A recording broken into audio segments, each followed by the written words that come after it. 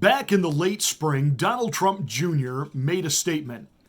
What's the difference between the truth and a conspiracy? About 6 months.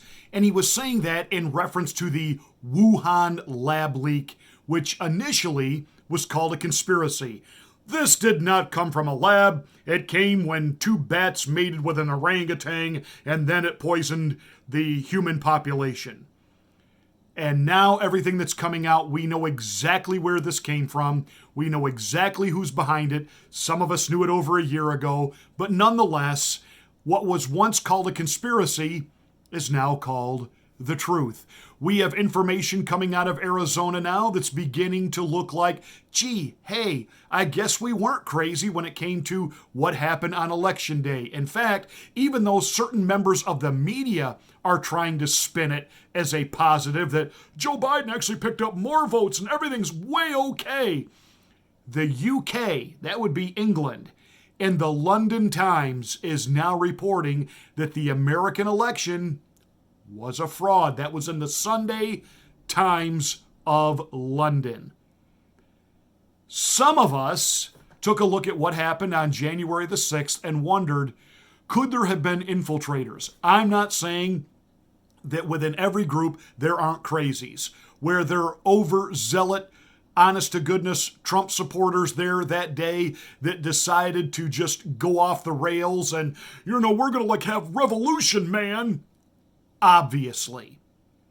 But when we were asking the question, could there have been those that were planted in there and stirred some of this up on purpose? We were immediately told, you're just carrying Trump's water. You're just trying to downplay what a radical lunatic he is. And now all of a sudden, the New York Times is reporting, hey, guess what?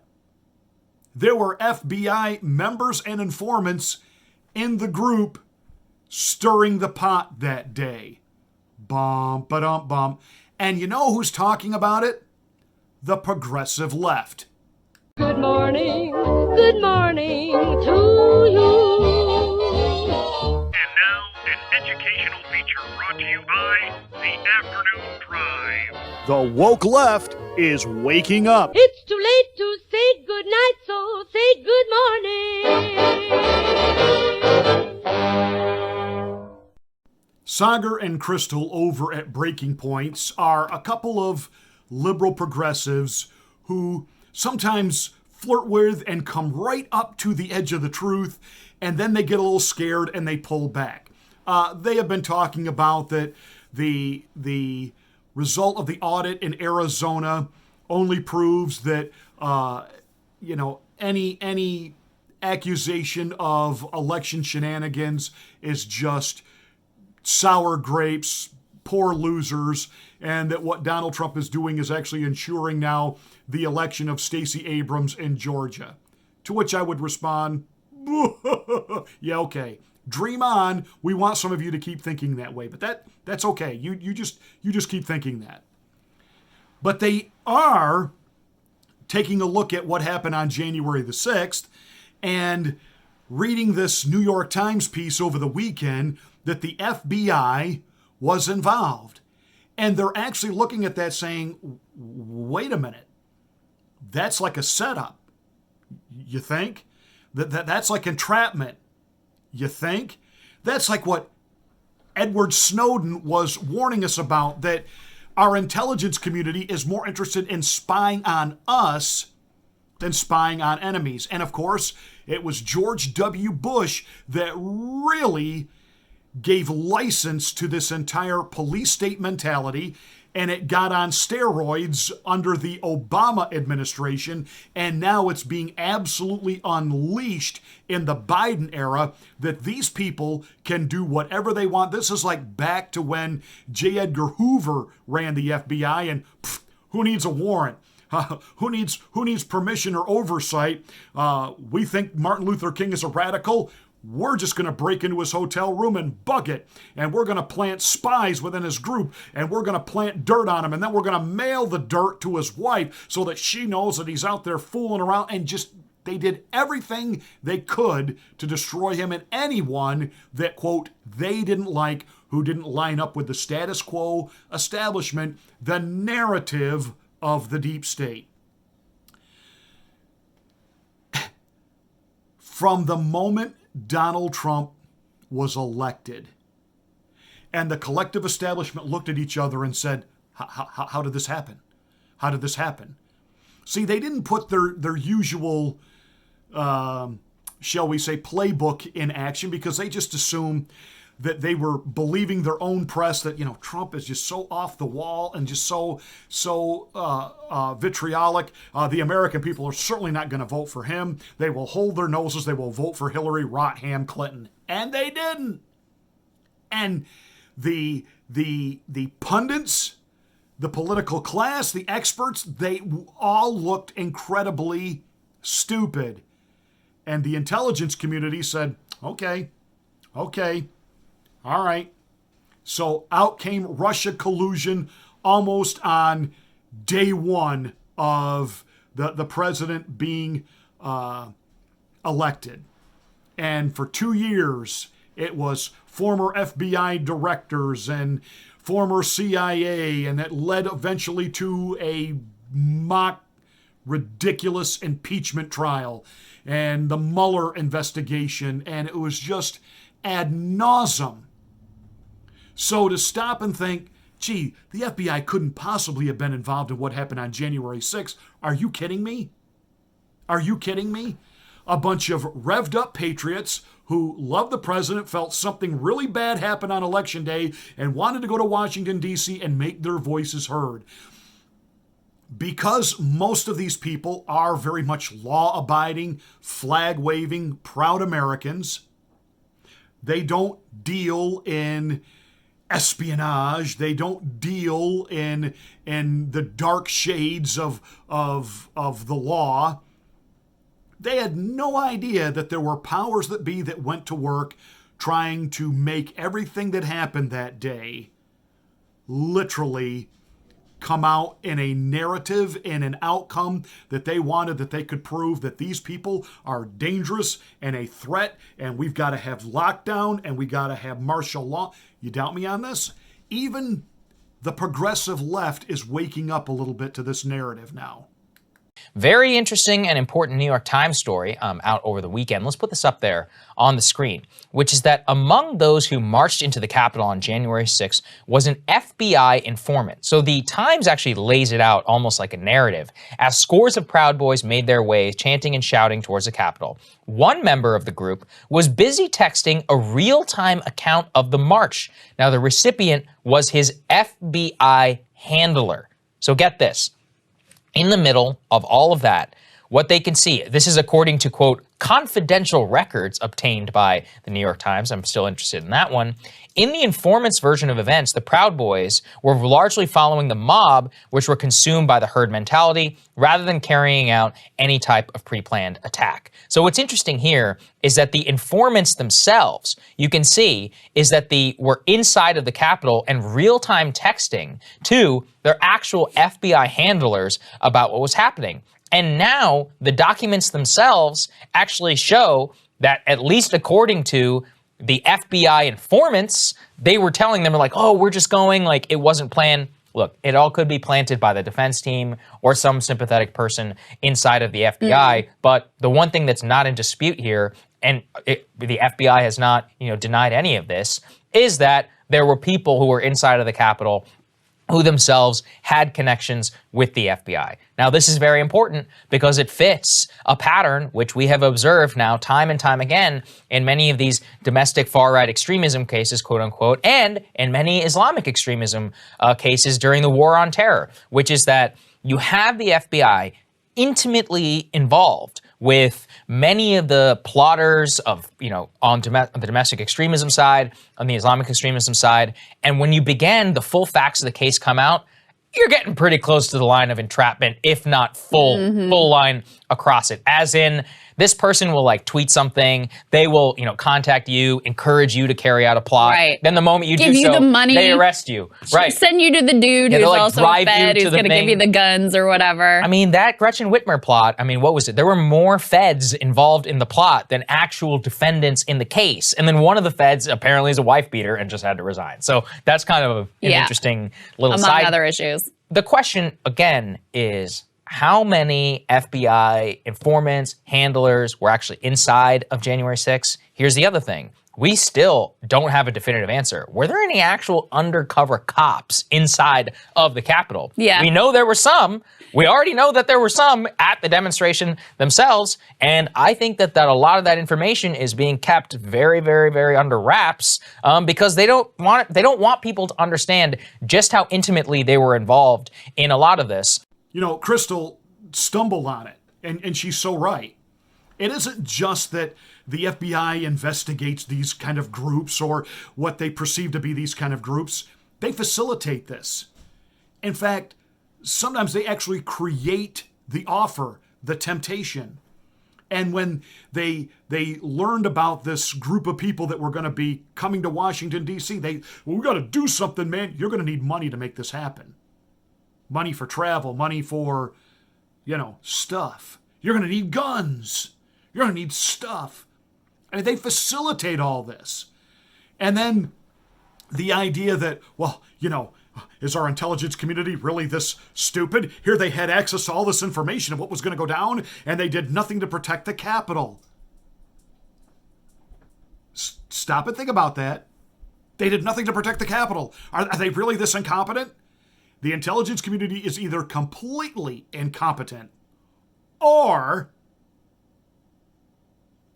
they wanted and got the result.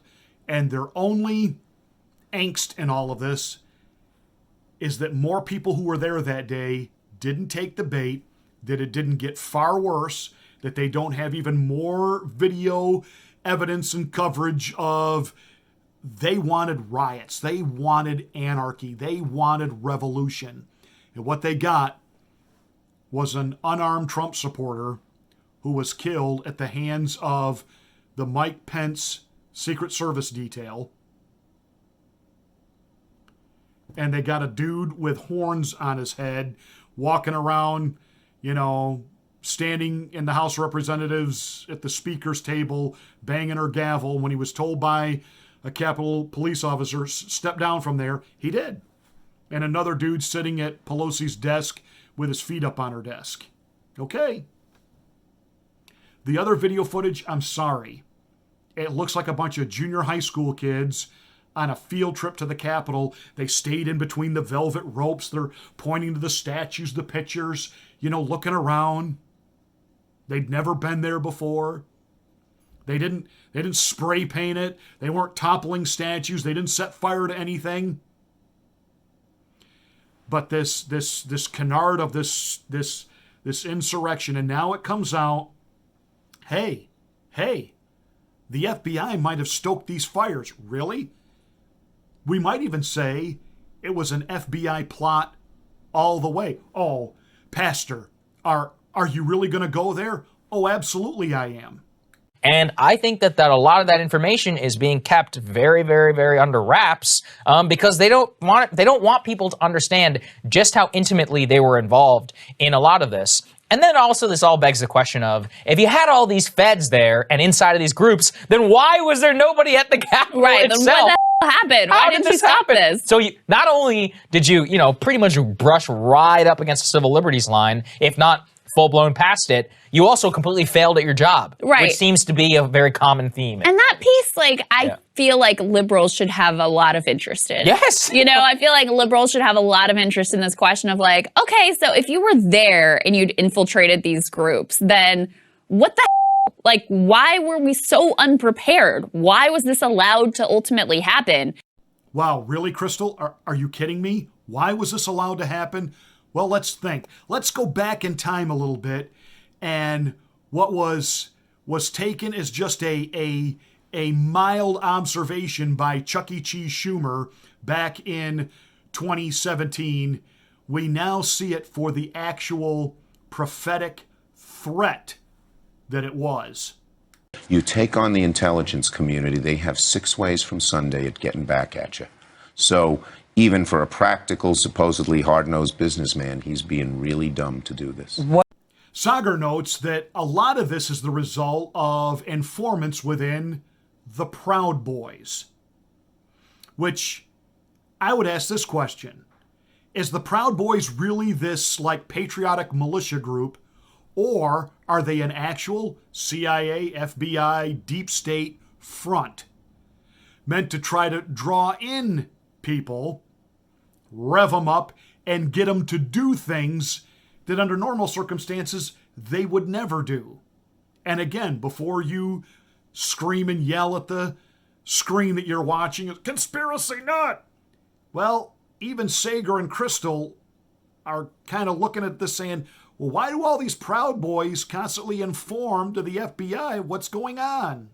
The other thing I keep thinking here is like, what the hell is going on with the Proud Boys? Because we know that their leader also. that Enrique Tarrio dude, Yes. he was described by Reuters as a prolific informer for law enforcement, both federal and local law enforcement, repeatedly working undercover for investigators after he was arrested in 2012, according to a former prosecutor and transcript of a 2014 federal court proceeding.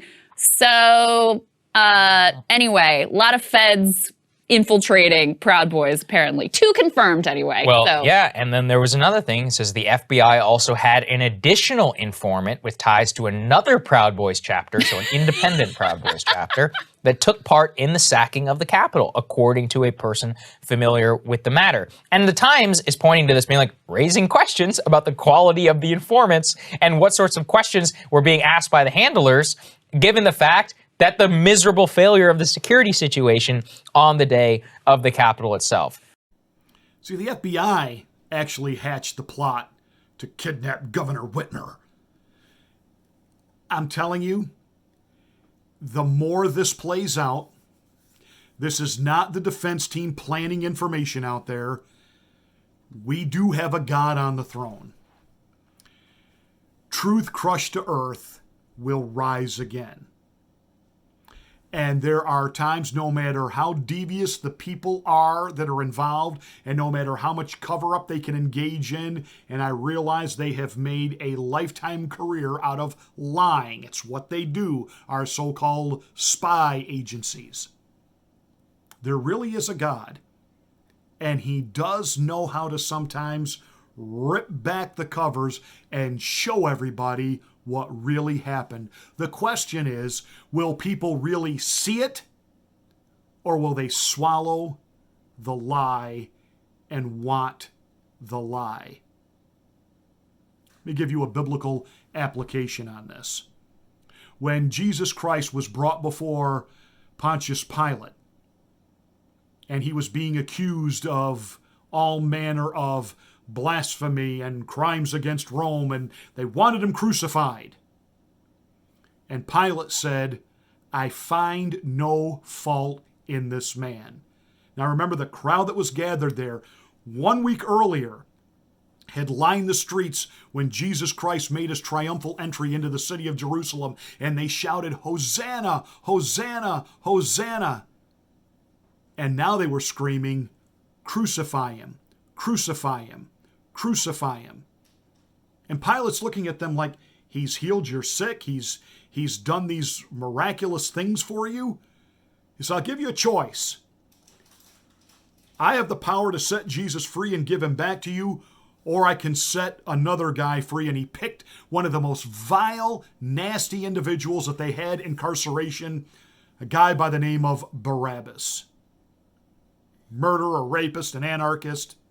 Just a vile, nasty guy. And the people screamed, give us Barabbas! In other words, we know what the truth is, but give us the lie anyway.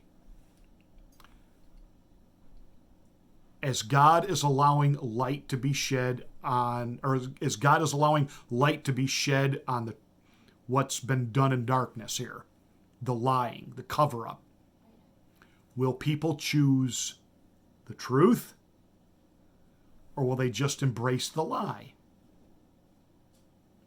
Take a look around. Take a look at our society right now. That even though we're finally coming to grips with what happened to us with this demic, yet look at who's living free and look at who's not. And ask yourself that question again. Will people embrace the truth? Or will they want the lie? Is the delusion this deep now? Hey, that's it for this rant. Thank you so much for watching. Make sure you're a subscriber to the channel. Smack the bell, click the word all to get notification of my next rant. And don't forget, check out the other channel.